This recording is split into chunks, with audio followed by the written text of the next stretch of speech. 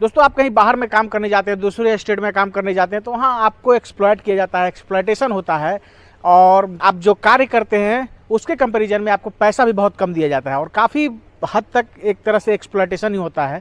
तो आज बहुत सारे लोगों की यही कहानी है और सब लोग वहाँ से लौट कर अपने घर पे, और जिन लोगों को ऐसा लग जाता है वो वहाँ से काम छोड़कर आज बकरी पालन को अपना रहे हैं। और इसी कड़ी में हम एक ऐसे किसान के पास पहुँच गए हैं जो रहने वाले झारखंड के हैं, लेकिन काम वो हरियाणा में कर रहे थे और वैसे भी उनको ठीक ठाक नहीं मिल रहे थे। तो वहाँ से उन्होंने सोचा कि नहीं, इस काम को हम अपने अच्छे तरीके से अगर करते हैं तो यहाँ से बकरी पालन से अच्छा खासा मुनाफा कमा सकते हैं। तो आज इनसे मिलकर बहुत कुछ आप सीख सकते हैं, आपको मोटिवेशन भी मिलेगा। और आप ये शेड जो देख रहे हैं, मात्र 5 से 6 हज़ार रुपये में इन्होंने शेड बना दिया है। काफ़ी जुगाड़ तकनीक का इन्होंने इस्तेमाल किया और साथ में पैसे नहीं थे तो मात्र 20,000 रुपये की बकरियों से ये बकरी पालन की शुरुआत की। और शेड के साथ ही साथ आप यहाँ देख सकते हैं कि सब कुछ जुगाड़ तकनीक का इन्होंने इस्तेमाल किया। आप ये जो देख रहे हैं जाली जैसा केज बनाया हुआ है और इसके अंदर आप जो पत्ता देख रहे हैं दिया हुआ है, यानी ये जरूर मेमनों के लिए ऐसा इन्होंने बनाया है। तो काफ़ी शानदार जानकारी उन सभी भाइयों के लिए होने वाली है जिन जो कहते हैं कि हमारे पास अभी पैसा नहीं है, हम बकरी पालन करें तो कैसे करें। तो यहाँ से बहुत कुछ आप सीख सकते हैं। तो आइए दोस्तों, देर न करते हुए वीडियो शुरू करते हैं।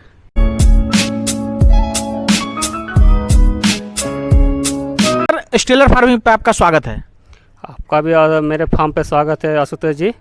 अपना नाम और यहाँ का पूरा पता हमारे दर्शकों को बताइए। मेरा नाम विकास कुमार महतो हुआ और मेरा फार्म का नाम पूर्विक गोट फार्म है और ये धनबाद जिला के सिजवा में पड़ता है। पोस्ट ऑफिस से सिजवा पड़ता है, थाना जोगता पड़ता है। हमको लगता है धनबाद शहर से 15-16 किलोमीटर दूरी आपका फार्म है। हाँ, धनबाद स्टेशन से आपको 15-16 किलोमीटर डिस्टेंस पड़ता है। आप ऑटो आसानी से भैया मेरे पास आने का ऑटो भी मिल जाता है अवेलेबल।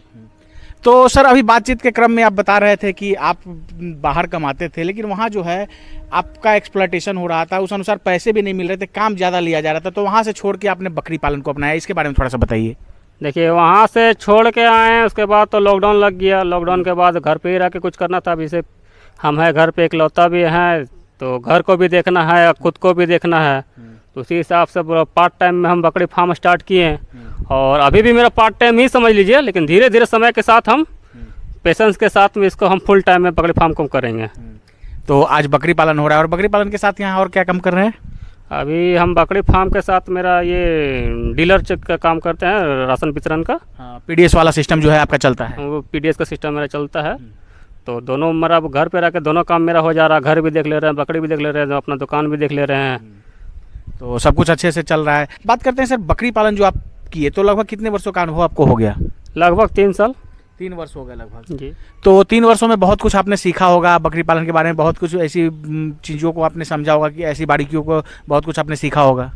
3 साल में देखिए, आप बकरी पालन करने से पहले तो आपको जानकारी लेना बहुत ज़रूरी है और मेन जानकारी जब आप बकरी के साथ रहिएगा तभी आपको जानकारी मिलेगा। आप सीख लिए कॉपी किताब में, थ्योरी कॉपी किताब फेंका जाता है।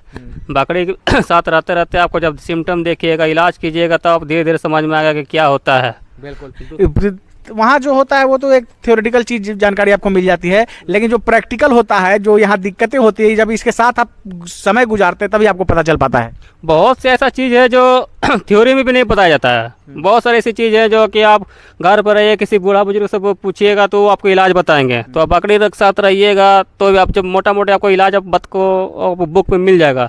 लेकिन बहुत सारा जैसे जानकारी है जो कि आपको घरेलू उपचार करना है तो किसी बुजुर्ग से जो बकरी रखते हैं या जो जानकार होगा पुराना आदमी, उससे पूछिएगा तो घरेलू उपचार वो लोग बताएंगे, वो भी अच्छा कारगर काम करता है।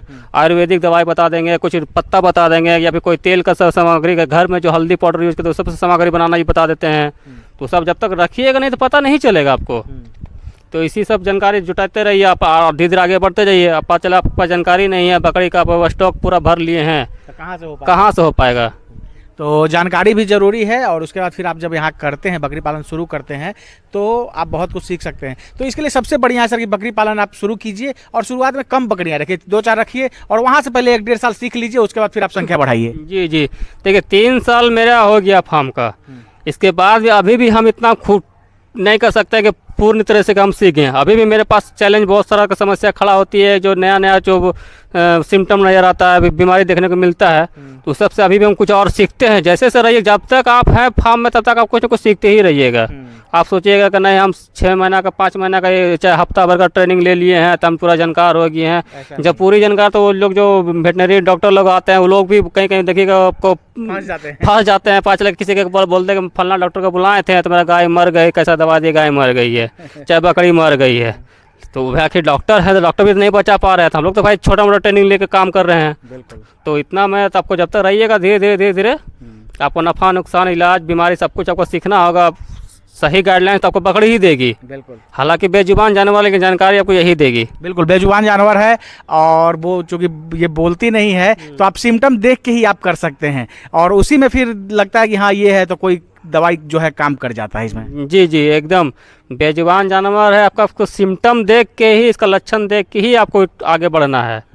आपको ऐसा नहीं है कि सिम्टम कुछ और है, आपको सिम्टम को पहले समझना होगा अच्छी तरह से। कुछ कुछ सिम्टम ऐसा भी होता है कि एक ही सिम्टम अलग अलग तरह का बीमारी भी उसमें होता है, लेकिन सिम्टम का आपको अच्छा से वेरीफाई करना होगा, देखना होगा, उसी हिसाब से आपको दवाई का ट्रीटमेंट जो भी देना है आपको इलाज करना कर सकते हैं आप।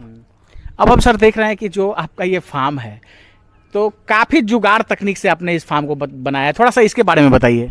देखिए फार्म को टोटल हम बहुत कम खर्च में खुद के मेहनत से किए हैं। देखिए पूरा आपके जब हमारा घेरा भी देख रहे होंगे और ये पीछे मेरा जो शेड भी देख रहे होंगे, ये भी हम बहुत कम में धीरे धीरे ही मतलब जैसे पार्ट बाय पार्ट हम करते गए। जैसे बकरी की संख्या बढ़ी, जैसे को जितना जरूरत पड़ा उतना कम पड़ते। अभी मेरा फ्री रेंज एरिया लगभग मेरा मान के चले कि 80 बकरी मेरा इसमें आराम से घूम सकती है। तो जैसे जैसे मेरा संख्या बढ़ेगा धीरे धीरे हम और बढ़ेंगे। एक ही बार हमको अच्छा लंबा चौड़ा शेड बनाने की क्या जरूरत है, हमको जितना जरूरत है उतना ही बनाएंगे। लगभग बनाने में क्या खर्चा आया होगा?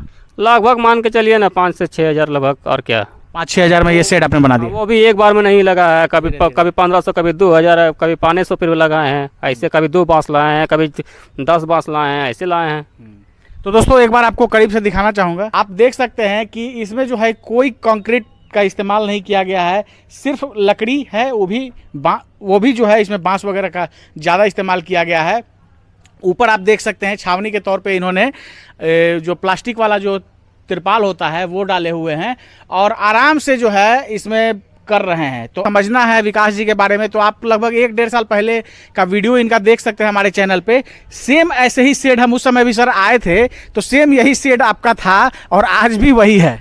ये आगे भी लगभग वैसा ही रहेगा। थोड़ा मोड़ा अगर मतलब मौसम के वजह से अगर तिरपाल अगर फट गया तो थोड़ा तिरपाल चेंज कर देंगे, हो सकता है साइज बड़ा हो जाए। तिरपाल में शेड मेरा लगभग ऐसा ही रहेगा। बाकी हम पेड़ को भी रखें कि गर्मी में थोड़ा सा ठंडक भी रखता है। बिल्कुल। और आराम भी दायक है। मेरा नीचे पक्का भी नहीं किया, नीचे भी मट्टी है कि ताकि पानी को आराम से सोख लेता है, ज़्यादा नमी रहता नहीं है। तो एक तरफ हम ईंटा भी बिछा कर रखे हैं, बाकी को बिना ईंटा का भी दोनों तरह का हम रखे हैं। तो उसी अपना कंफर्ट के हिसाब से जैसा मेरा बजट रहेगा उसी हिसाब से हम काम करेंगे। ज़्यादा पैसा क्यों खर्च करें इस पर हम। तो सर जैसे हम लगभग 1 साल पहले 1-1.5 साल पहले आए थे आपके पास और अभी तो लगभग 2 बरसात तो आप देख ही लिए, अभी फिर बरसाती का सीजन चल रहा है तो बरसात में कोई दिक्कत नहीं होता? कोई दिक्कत नहीं है।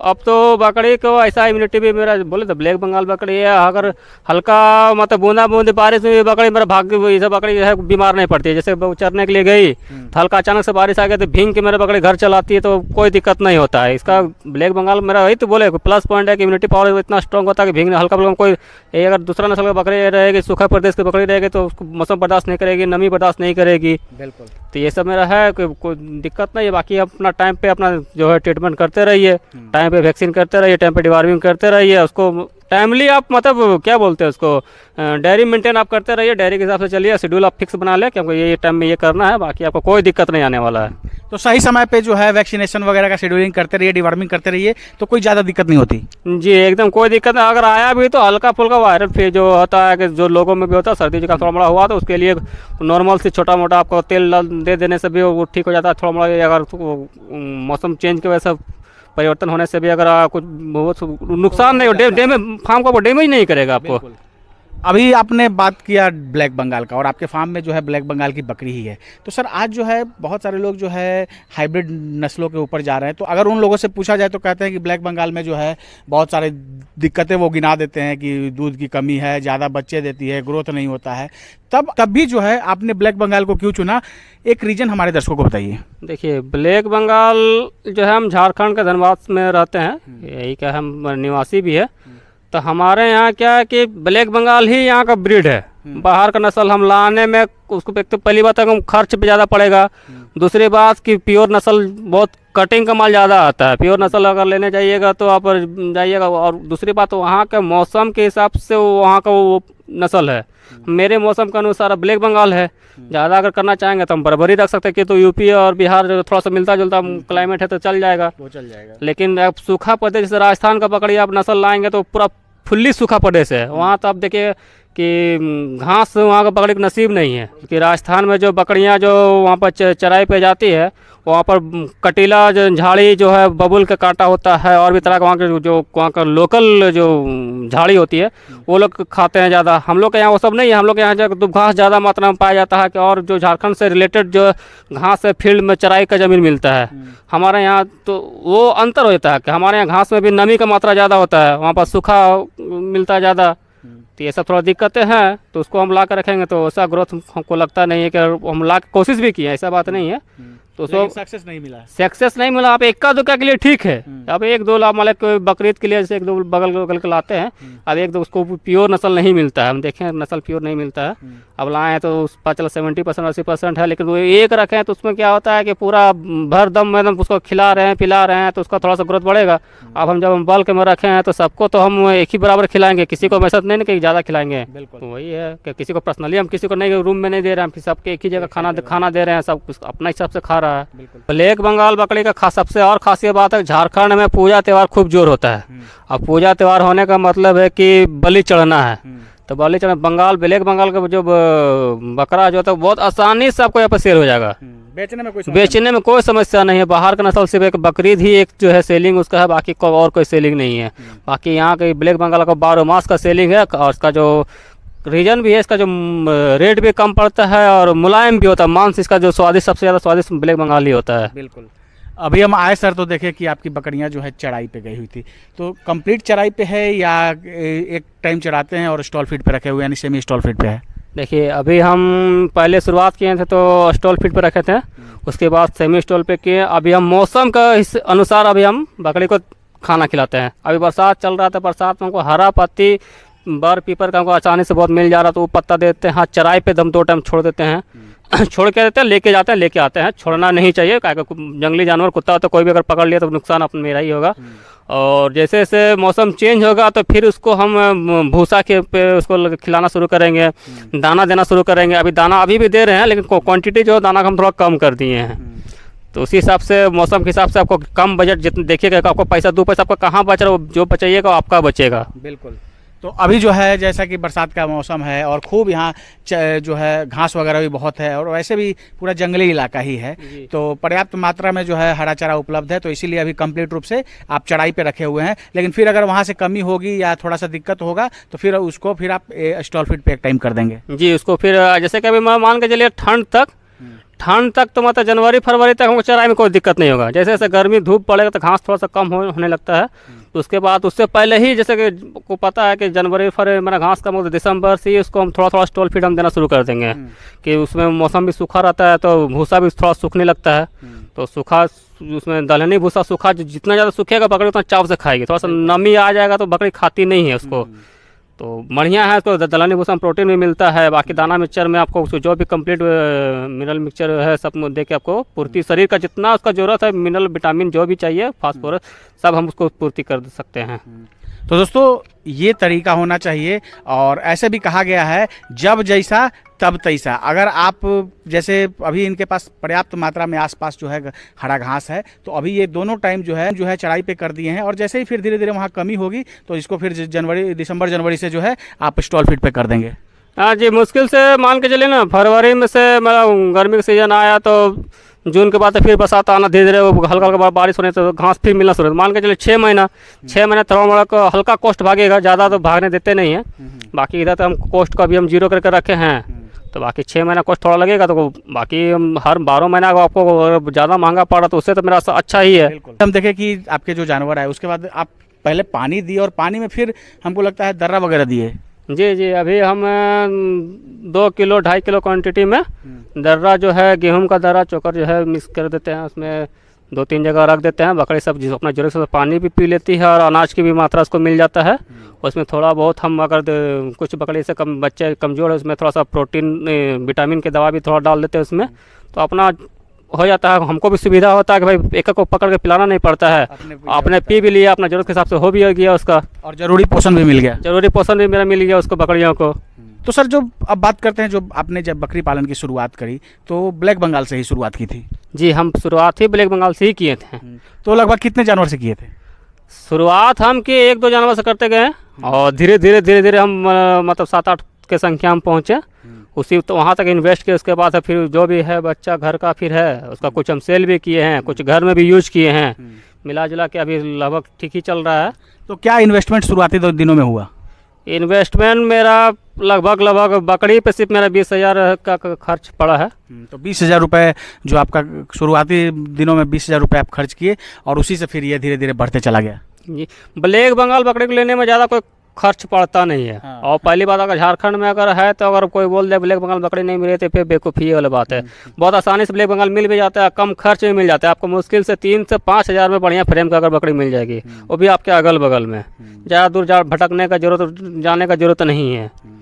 तो इसी पे आप काम कीजिए, स्टार्ट कीजिए, आपकी इम्यूनिटी इसका बहुत अच्छा रहता है। आपको सीखने के लिए सबसे अच्छा यही है, क्योंकि आपके ये आपको जल्दी मरेगी, मोटिलिटी इसका बहुत कम होता है, तो आपको होपलेस नहीं करेगा। आपको जो उम्मीद को तोड़ने, बड़ा नस्ल का बकरे से स्टार्ट कीजिएगा, वो उसका बीमार ज़्यादा पड़ेगा, आप परेशान रहिएगा स्टार्टिंग में। जब जानकारी आपके पास समस्या आती है, जानकारी आपके पास रहेगा नहीं, समस्या तो दुनिया भर की आएगी, तब तो पूरा परेशान रहिएगा। और सीखने के लिए इसमें आपको तो उत्साह को भी बढ़ाते रहेगा। उसके बाद आप सीख गए हैं परिपूर्ण, जब आपको लगे कि नहीं अब हम कुछ अच्छा में दवाई पानी भी इलाज कर सकते हैं। शुरू में हम भी मान के चलिए 4-6 महीने तक हम ही डॉक्टर को बुलाएं, तो डॉक्टर बुलाने एक दिन आने का मतलब 400-500 रुपया सुई ले ले, कभी वैक्सीन देने लगाने का सुई पैसा ले ले 500-600 रुपया, तो हम ही परेशान। हम इतना पैसा जितना का बाबू ने उतना झुंझुना हो रहा, तो हम खुद से फिर हम इलाज कर, ऐसे भी हम लोग किसान परिवार से हैं, तो गाय पहले से रखते, जानवर पहले से रखते थे, इलाज मतलब इंजेक्शन देना जानते थे फिर भी, लेकिन जानकारी नहीं था कि कौन सा दवाई देना नहीं, तो उसके लिए हम ट्रेनिंग लिए प्रॉपर। ट्रेनिंग लेने के बाद जब दवा की जानकारी हो गया तो फिर सबको दवा भी चेक करने लगा कि क्या क्या सिम्टम है, तो फिर आप खुद से इलाज भी। अभी हम मान के चलिए 2 साल से हम किसी डॉक्टर को अपना फार्म में इन करने नहीं दिए हैं, क्योंकि सब अपने से करते हैं। क्योंकि डॉक्टर भी अब 10 जगह घूम रहा है, अब 10 जगह वो घूम रहा है, वहाँ पर 4 जूता पहन के चप्पल पहन के उसमें क्या बैक्टीरिया लेके आएगा, या फिर उसी इंजेक्शन में हम नीडल तो हम चेक करने गए नहीं, कौन सा नीडल से आप उसका लगा रहा है कि मेरा लगा रहा है, तो ऐसे भी एक रिक्सी है, तो हम क्यों ऐसा करें? क्योंकि हम जो पकड़ इलाज कर रहे हैं उससे हम कर रहे हैं कहीं और हम जान नहीं रहे हैं, हमको इतना खुद पे तो भरोसा है। बिल्कुल, खुद पे भरोसा रखिए और आगे बढ़िए। लगभग यहाँ से साल में कितने जानवर सेल आउट हो जाते हैं? साल में अभी मेरा देखिए ज़्यादा नहीं है, ठीक है, लेकिन मान के चलिए कि 12-15 का मेरा लगभग मेरा आ ही जाता, बच्चा आ ही जाता घर में। 12-15 बिक जाते हैं। 5 तो मेरा घर भी खपा साल का है। हाँ। 5 अलग पर्व त्योहार में। हाँ, मनसा पूजा स्टार्ट हुआ था तो बोले नवंबर काली पूजा तक मेरा घर में खपा था। अभी देखिए ना, इधर रिसेंट पिछले 14 तारीख को मेरा घर में हुआ, उसमें 2 ठो निकाले हैं घर से, फिर अभी नवंबर तक चलेगा अभी।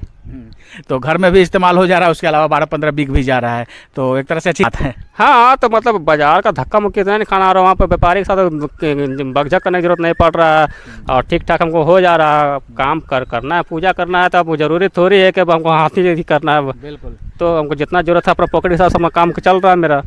साथ ही हम सर देख रहे हैं कि आपके फार्म में जो है कुछ मुर्गियाँ भी हैं, तो मुर्गियों को क्यों रखा आपने? मुर्गियाँ जो है, जो मेरे पास वो असील में मुर्गियाँ, फाइटर मुर्गी इसको वो भी बोल सकते हैं आप। हाँ। ये झारखंड में जो है और साउथ में लड़ाकू मुर्गा है, जो आप देखिएगा विश्वकर्मा पूजा के बाद से मकर संक्रांति में सबका खूब तेज लड़ाई चलता है। थोड़ा सा देसी मुर्गे कंपेरिजन में ये कॉस्टली भी पड़ता है और थोड़ा सा जिद्दी बोल सकते हैं मुर्गा को। ये शौक के लिए रखे हैं कि कुछ अपना घर में खाने के लिए भी हो जाए, और फार्म में भी रखे हैं कि थोड़ा मोड़ा 2-4 मुर्गी रखे हैं कि बकरे में जैसे कि कीड़े उजू हो जाते हैं, थोड़ा सा चुन चान भी लेती है अपना से, और घर का अंडा भी हो जाता है घर का। तो कुछ बिक भी जाता है, कुछ अपने घर में भी इस्तेमाल हो जाता है। हाँ, घर में भी कोई अगर मतलब कटिंग करवा लिए तो घर में खाने के लायक हो गया, अंडा के लायक हो गया, और कुछ बेच के भी लिए तो मान लीजिए अगर एक भी बेचे तो इसका कीमत मार्केट में अच्छा खासा मिनिमम जाएगा तो 1000-1500 उसका एक का कीमत जाएगा मिनिमम। तो यहाँ से भी कुछ हो जाता है। हाँ, दोस्तों लो क्वालिटी का है रेट हम बता रहे हैं। आप इसमें भी बहुत तरह का नस्ल आता है जो कि लाखों में इसका जाता है, तो उतना भी है औकात है नहीं जब हम झूठ क्यों बोले। तो जो है मेरे पास वही हम बता रहे हैं। तो 1000-1500 तो आ ही जाता है। हाँ, 1000-1500 एकदम हंस के आएगा, उसमें कोई शक नहीं, दो राय नहीं है। और खिलाने पिलाने में कोई टेंशन नहीं देख रहे हैं कि आराम से ये चढ़ के अपना खाना खा रही है। मुर्गी को खिलाने में तो मेरा कोई ही नहीं, जैसे बकरी को जो हम दाना वाना दिए ना तो उसी में से जो गिरा तो वही से चुन के अपना खा लिया। और ज़्यादा कभी मन हुआ तो एक मुट्ठी अब चावल ला के भी छीड़ दिया तो मुर्गी अपना खा ली है, तो हो जाता है उसी से। कुल मिला के इतने दिनों का बकरी पालन का अनुभव कैसा रहा? अनुभव तो मेरा बहुत बढ़िया रहा, और भी हम चाहते हैं कि और भी हम ज़्यादा सीखें बकरी में। जितना ज़्यादा सीखेंगे उतना मेरे लिए भलाई है और मेरे बकरियों के लिए भी भलाई है, और हम और सीखना चाहते हैं। आगे की क्या योजना है? आगे की योजना यही है कि पेशेंस के साथ हम धीरे धीरे स्टेप बाय स्टेप हम आगे बढ़ते रहें और आराम से इसको बड़ा स्तर पे लेके जाएं, धीरे धीरे। एक ही बार नहीं, उसके लिए हमको चाहे 1 साल लगे चाहे 10 साल लगे, बिल्कुल उसके लिए तभी करेंगे। एक ही बार में हम 1 लाख का पूंजी हम लगाने वाले भी नहीं है। अब लगेगा चाहे 2000 लगाना पड़े तो लगेगा, धीरे धीरे ही लगाएंगे। बहुत बहुत धन्यवाद सर जानकारी देने के लिए और समय देने के लिए। आपको भी बहुत बहुत धन्यवाद मेरे पास अपना कीमती समय लेके आने के लिए, और इसी तरह आपको अगर फिर दोबारा आइए, दोबारा आपका स्वागत रहेगा। बहुत बहुत धन्यवाद आशुतोष जी। दोस्तों ये है विकास जी, और काफ़ी अच्छे अच्छे चीज़ों को ये कर रहे हैं। लगभग 1 साल पहले सर के पास हम आए थे और उस समय भी यहाँ फार्म पे वीडियो बना था। उस समय से अभी जो है बहुत अच्छे स्थिति में ये फार्म पहुंच चुका है, और काफ़ी बिल्कुल सुलझी हुई बातें इन्होंने की। न तो करोड़पति बनने का सपना दिखाया, और जो बकरी पालन में होता है और जो ये कर रहे हैं उसी को इन्होंने बताया। और जो भी भाई हैं बकरी पालन करने की योजना बना रहे हैं तो आप इनसे बहुत कुछ सीख सकते हैं। दोस्तों आशा है ये वीडियो आप सबको काफ़ी पसंद आई होगी। फिर भी हो सकता है हमारे से कोई बकरी पालन से संबंधित कुछ सवाल रहेगा हमें पूछने से, तो आप कमेंट कर सकते हैं। नेक्स्ट वीडियो में ऐसे ही जब हम रियल टाइम फार्मर से मिलेंगे तो आपके सवालों को जरूर साझा करेंगे। इस वीडियो को अगर आप फेसबुक या इंस्टा के पेज पे देख रहे हैं तो पेज को जरूर फॉलो कर लीजिएगा। अगर यूट्यूब चैनल पर देख रहे हो तो चैनल को सब्सक्राइब कीजिएगा।